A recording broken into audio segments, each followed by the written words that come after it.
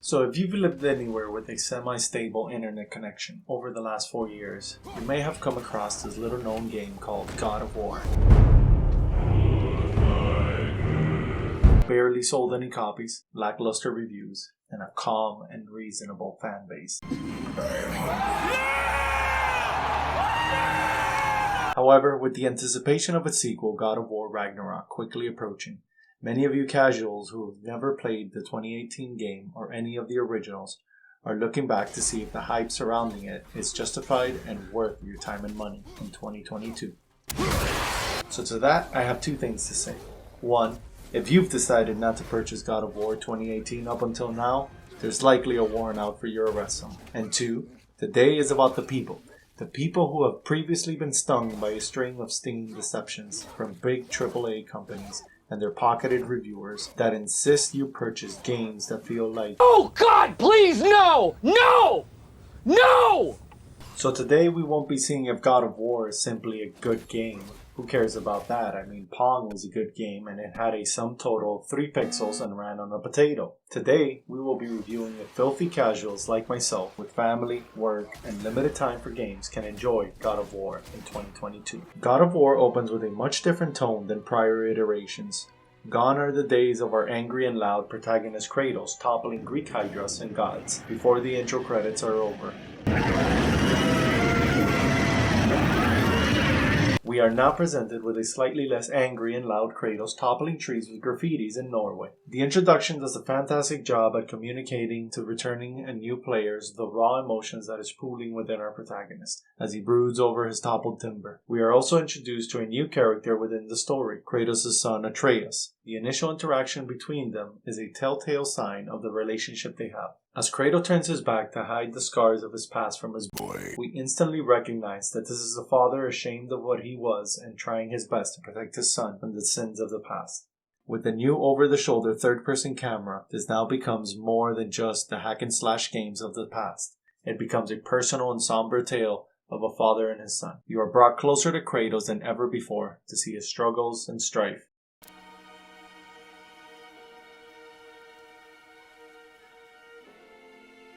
Come boy.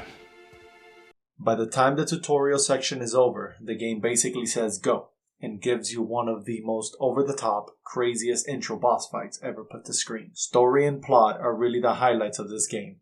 It's simple and personal, and you can't help but to connect regardless of who you are. One of my favorite moments by far was during a cutscene where something traumatic happened to our boy, and the moment where they looked into each other's eyes and shared a quiet moment, followed by the worst possible advice you could give your son. It was gut-wrenching. The pain in his eyes was so real, visceral, and raw that even Babe, watching me play, just looked over to me and said, "You forgot to take out the trash."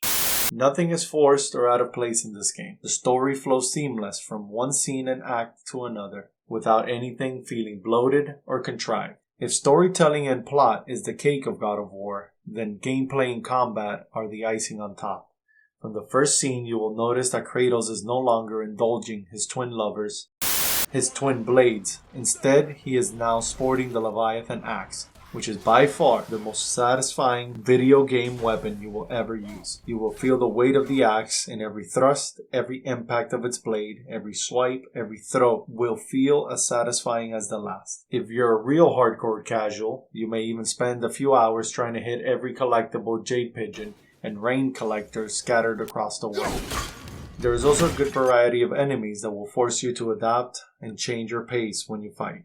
Kratos is slower here than in prior games, so his moves are more calculated and meaningful in every fight, which makes them more satisfying. Boy is also an instrumental part in the core gameplay and combat system. He is pivotal in solving puzzles needed to advance in certain areas and throughout the story, while simultaneously acting as the magic system within the game. As you upgrade Atreus, you notice how his actions and responses within combat change, and it does a great job at showing how Atreus grows and learns throughout the game. You will find yourself stringing combos with your boy, and you will notice how the gameplay adds to the relationship between Kratos and Atreus. The pacing is somewhat bogged down by unnecessary world economy and RPG elements that could have been refined a bit more or removed altogether. You will find more equipment and currency than you will ever need, and ultimately it will just sit in your inventory other than to purchase resurrection stones for when you die. The semi-open world and multiple realms you visit does bring some repetitiveness to the gameplay. With some lackluster side missions and underwhelming loot, there's little material incentive to explore the world, especially on multiple playthroughs. Notice how I said material incentive. God of War's world building is so methodical and beautifully designed, it will have you searching every nook and cranny of its maps, trying to find collectibles that will build on the lore of the game. Its exploration is complementary to the plot, and it builds your understanding of the world, not just in the sense of location, but it will build on its histories, characters, allies, and the relationship between all the gods, as well as Kratos and his boy. So should a casual like you buy this game in 2022 if you haven't done so already? Hell yeah! This game is nothing short of a masterpiece and deserves all the praise it has received. It will take you through a roller coaster of emotions with its twists and turns and revelations. This is not and will not feel like a chore that you have to finish because you paid for it. You would genuinely enjoy going through every corner of this game, everything from plot to character, exploration, and gameplay. Serve one overarching purpose, and that is to build a story. This is a story-driven game where its best moments are not in the violence or carnage, but in its most intimate and subtle moments, like a father struggling to connect with his son and the awkward conversations as they journey together, building into something more that by the end of the game was so emotional and gripping that even Babe looked at me and said, Are you crying? Why are you like this? None of these people are even real.